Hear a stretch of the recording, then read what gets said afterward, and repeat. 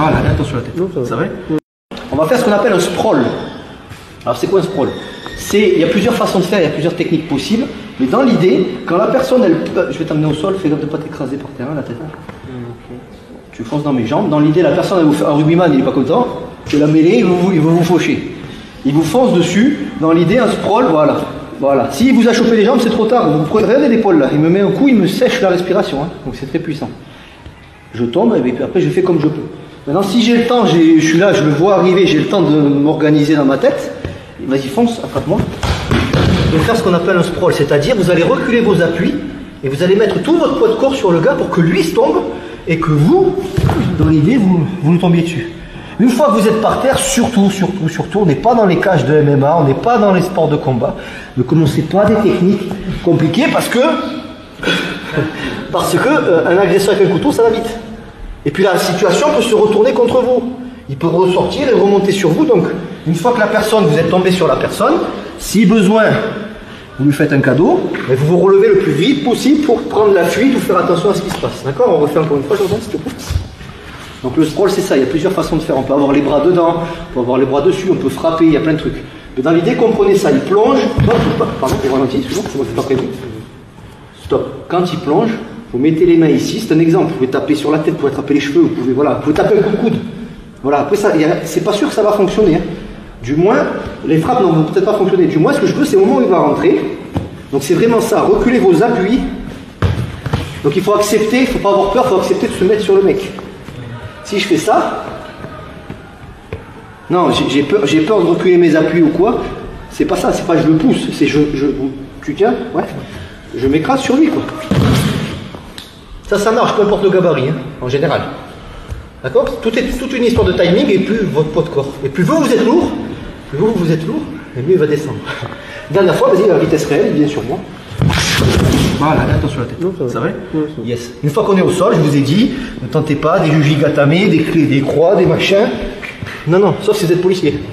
Vous n'avez pas trop le choix. Là, dans l'idée, je suis là, je lui laisse le cadeau et je me casse. Ça marche? On essaye? Merci. Attention la tête par terre. Ça lissez pas les tatamis. Ça, c'est la version gentille. Quand il fonce dedans, c'est ça quoi. Pour pas blesser. Bon, maintenant, on va commencer à mettre un peu de piment. Premièrement, vous pouvez taper doublement avec les paumes de la main dans le dos. Ça va claquer un peu, ça va te faire du bien si tu as le hockey. Quand il fonce, dans le dos. Ça, c'est un premier niveau au-dessus pour commencer à contre-attaquer pendant le sprawl. Ensuite, je vais aller petit à petit doucement parce que ça fait quand même mal, c'est quand même le dos.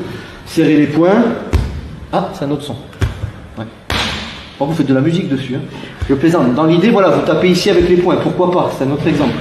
Plus violent, vous pouvez taper avec les coudes. Je dis bien, vous pouvez. J'ai pas dit ça va fonctionner tout le temps. C'est possible. Alors là, on va y aller mollo. Vas-y. Laisse-toi aller au sol. Voilà. Et surtout, à la fin, je tends mon bras.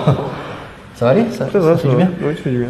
Ça change de l'ostéopathe. Ouais. Donc ici, quand vous tombez, normalement, on continue avec pression sur les coudes. Hein. Voilà. Après, on peut nous-mêmes se prendre notre propre poing dans la tronche. Ça va très vite. Là, c'est propre. Tout va bien. Dehors, c'est brouillon.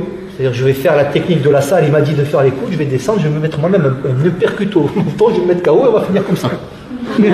On n'est pas beau, non? Ok? Allez, encore une fois, s'il te plaît. Donc, testez ce que vous pouvez faire. Beaucoup plus violent. Je vais doucement.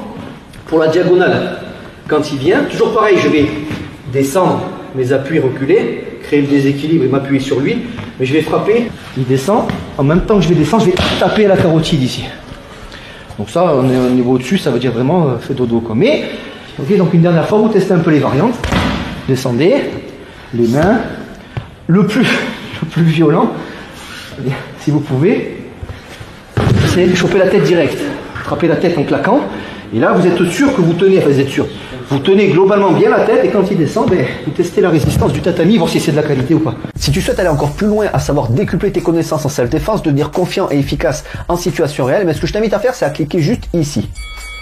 Formation offerte. Ou encore sur le lien qui est en description juste sous la vidéo. Voilà, j'espère que la vidéo d'aujourd'hui t'a plu et que t'a aidé à progresser un petit peu plus. Quant à moi, je te retrouve de l'autre côté pour commencer ta formation vidéo offerte. À tout de suite.